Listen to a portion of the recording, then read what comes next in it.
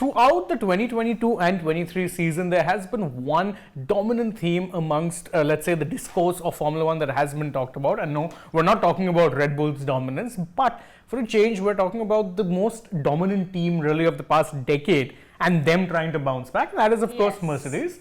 Now, this is a team we got used to seeing them win pretty much every race for the past decade. That was boring. Now they're not winning any races, and we're finding that boring too. Yeah. It's because it was never about someone else winning.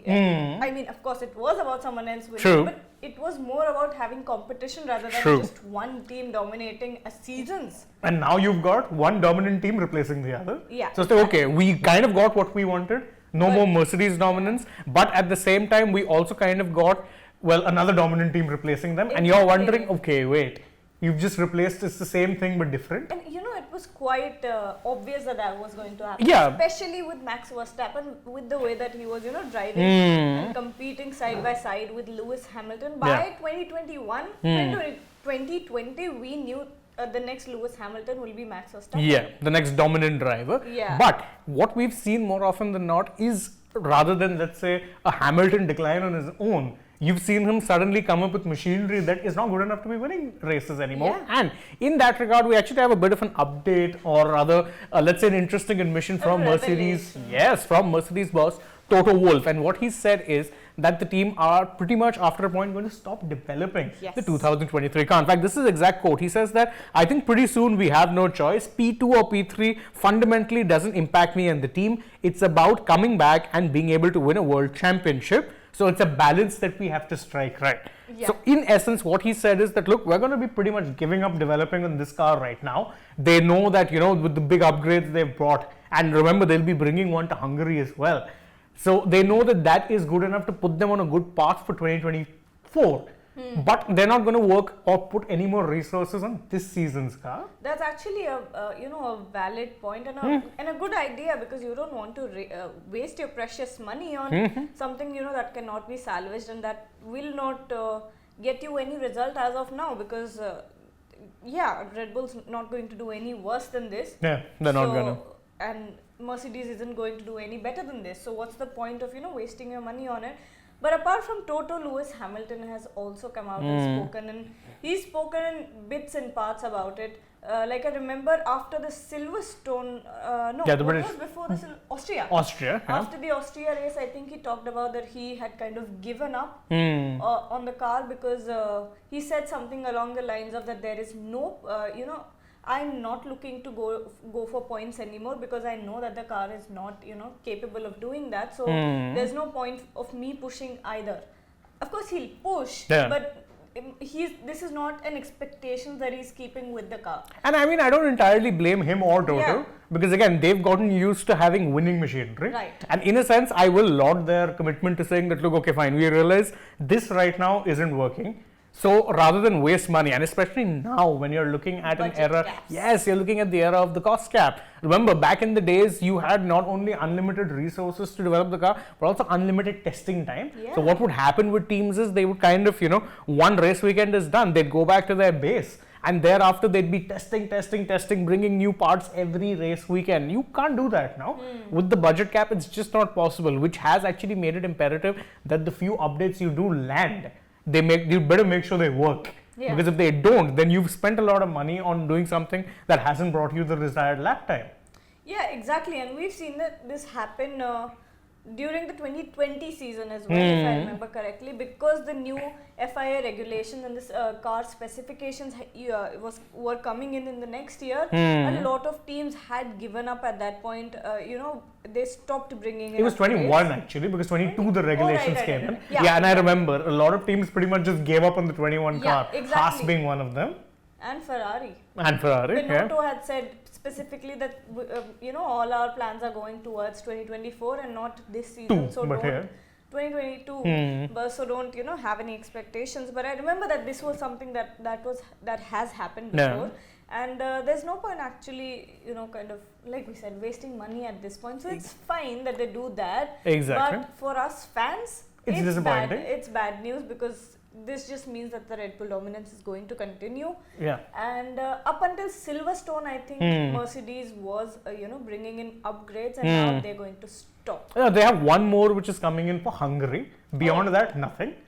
That's it. So that's it. Yeah. In fact, they actually what they did, like what McLaren did, where they brought in that one very big update. Yeah. Their big update came in Spain, and thereafter it was just going to be tweaks. So I think Hungary, you'll see the last upgrade. Thereafter, then I think they're just going to see through the season, which I mean, sure, is very boring, because again, I'd want other teams to kind of try and bring something to the table which would actually challenge the Red Bulls, because right now it's just, I mean, I will say this, and I hate saying this, but I think Max's domination is already reaching a point where it's more mind-numbingly boring than the Mercedes domination ever was. You know why?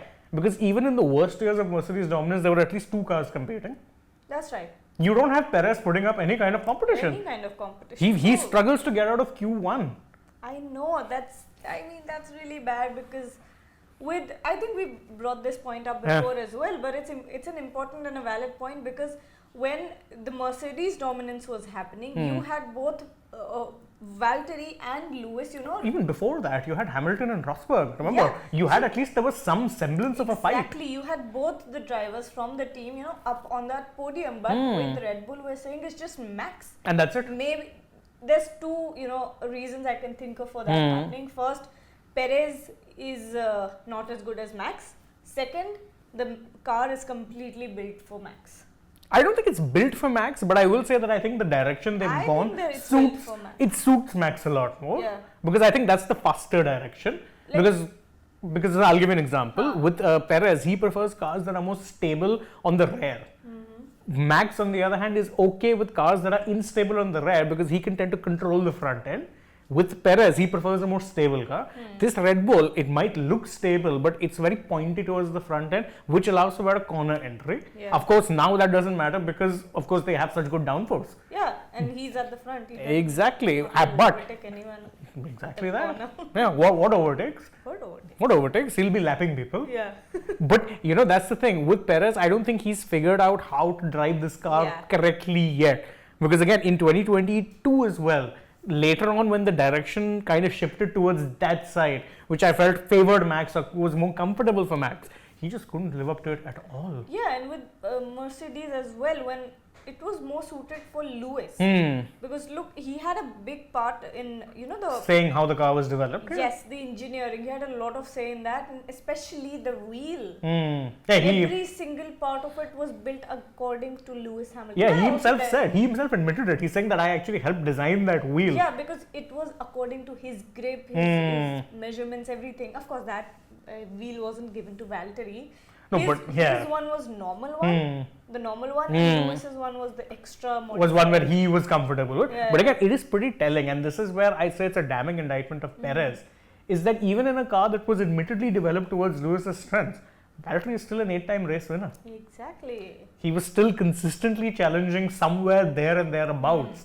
Something which Perez is struggling to do right now. Yeah. So you're not seeing that, and truth be told, that's why I said the Red Bull domination is more boring, because it's not just one team. It's one driver. It's not even one team. I would be okay seeing a battle between Perez and Max. Yeah, but you're not getting that. At least with Rosberg and Hamilton, you had 3 years of fireworks. Yeah.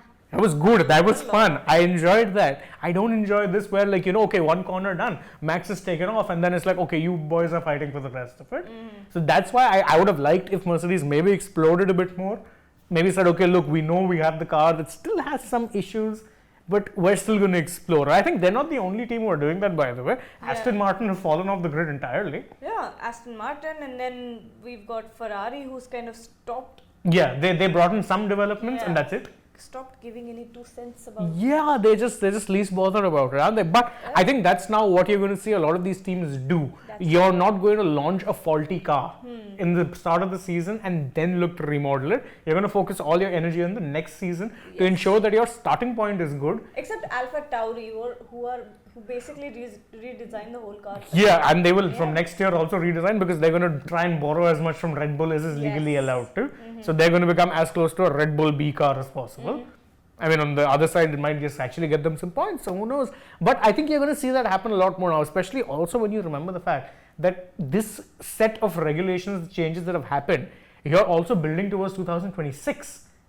So that's another new set of regulations for the Yeah. engine. Exactly. So, you're going to be seeing more teams focus not just on the long term for next season, you're also going to see them focus on 26 because now you're figuring out how to build a new kind of engine. Remember, they've dropped the MGU-K, if I'm not wrong. It was either the MGH, MGU-K, I'm not sure. One of them has been dropped. They're going to be focusing more on the electrification of the engine and also on ensuring that it's run more on ethanol, the sustainable fuel. So, it's going to be a challenge building that engine. And you know what happened the last time there was a big engine change? Mercedes dominance started. So I think you're going to see manufacturer teams target that and say that, look, we know we have expertise in building an engine.